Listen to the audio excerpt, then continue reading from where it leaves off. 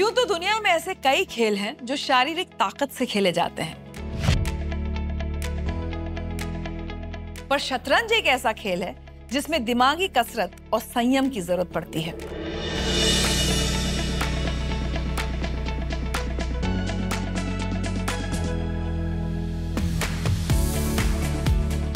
शह और मात का ये खेल आज की तारीख में दुनिया भर के लोगों का पसंदीदा खेल है।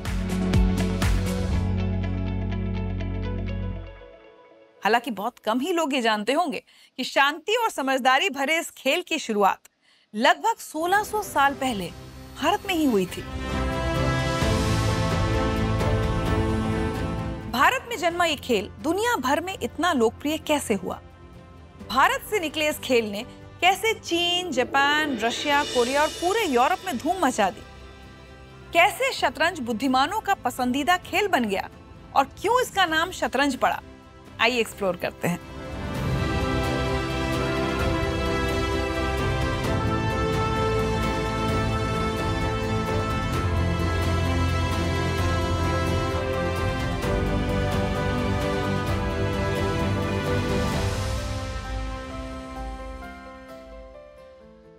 एशियाटिक सोसाइटी ऑफ बंगाल के फाउंडर और मशहूर कविता काइसा द गॉडेस ऑफ चेस लिखने वाले सर विलियम जोन्स ने भारतीय ग्रंथों का अध्ययन कर ये बताया कि एक प्राचीन भारतीय खेल चतुरंग और शतरंज के बीच काफी समानताएं हैं।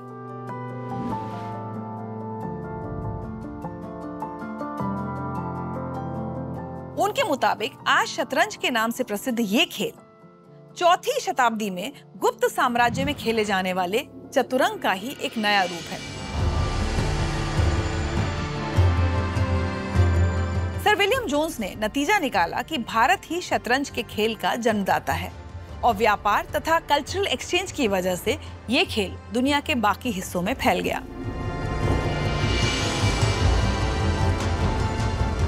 जाने माने इतिहासकार विल डुरांट ने अपनी book the story of civilisation में चतुरंग के खेल के जन्म लेने के पीछे बड़ी ही दिलचस्प कहानी बताई है। किताब के अनुसार बलहीत नाम का एक राजा हुआ करता था। राजा का ये मानना था कि युद्ध लड़ने से व्यक्ति वीरता, सहनशक्ति, सावधानी और डिसीजन मेकिंग जैसे गुण जल्दी सीखता है। इसी बात को ध्यान में रखते हुए राजा ने सिस्सा नामक ऋषि से युद्ध पर आधारित एक खेल रचने के लिए कहा। ऐसा खेल जिसमें फैसला किस्मत से नहीं बल्कि काबिलियत से हो। राजा के कहने पर ऋषि ने चतुरंग को डिजाइन किया।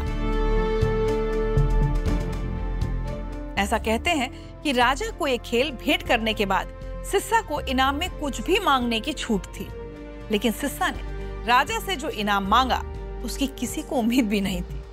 सिस्सा ने कहा कि उन्हें शतरंज के बोर्ड के पहले स्क्वायर के लिए गेहूं का 1 दाना दिया जाए, दूसरे स्क्वायर के लिए 2 दाने, तीसरे के लिए 4 और इसी तरह बाद के हर एक खानों के लिए दानों को 2 गुना कर दिया जाए। राजा ने इसे बहुत ही मामूली इनाम समझकर गेहूं से भरी एक बोरी लाने के लिए कहा, लेकिन 20वें खाने तक आते आते पूरी बोरी ही खाली हो गई। राजा ने 1 बोरी गेहूं और मंगवाया, लेकिन तब तक अगले खाने में ये बोरी भी खत्म हो गई।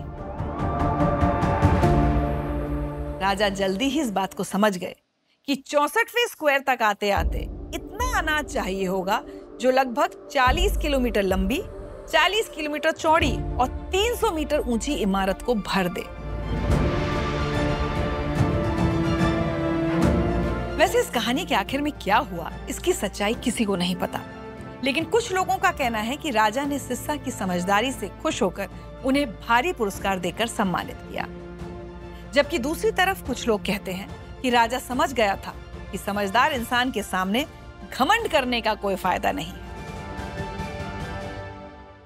विद्वान दावा करते हैं कि शतरंज का आविष्कार उत्तर प्रदेश के कन्नौज जिले में हुआ था,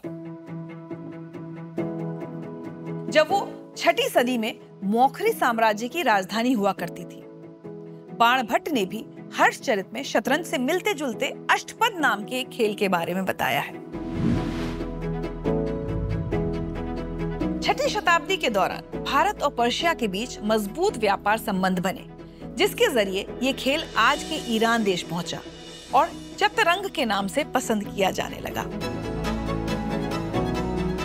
620 सीई के आसपास की फारसी रचना चतरंग नामा में लिखा गया है कि कन्नौज के एक राजा ने चतरंग को पर्शिया के राजा नौशिरवान को उपहार के रूप में भेजा था। इसमें शतरंज की 16 गोटियां थीं जो रूबी और एमरल्ड से बनी थीं। पर्शिया में इस खेल में एक नई चीज जुड़ी। जब राजा या शाह आगे नहीं बढ़ता था तो लोग शाह मात या राजा हार गया के नारे लगाने लगते थे। समय के साथ जहां जहां ये खेल गया, वहां वहां ये नारा साथ में फैल गया। रूसी में ये शाकमती और अंग्रेजी में चेकमेट बन गया।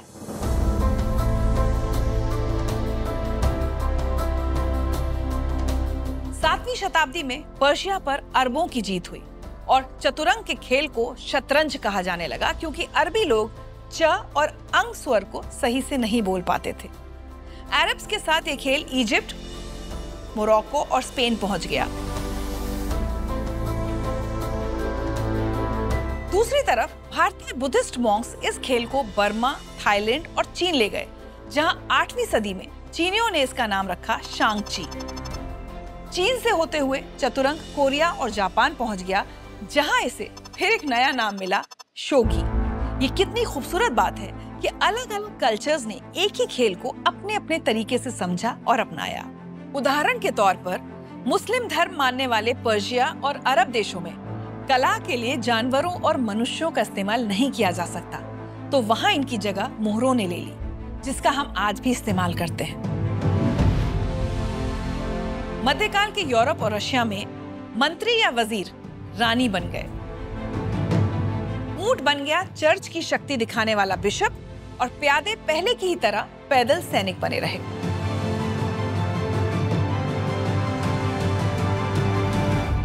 वैसे ही मजेदार बात है कि इस खेल के नियम तब तक बनते, बिगड़ते और विकसित होते रहे जब तक कि इसे पूरी दुनिया में एक ग्लोबल गेम के रूप में स्वीकार नहीं कर लिया गया।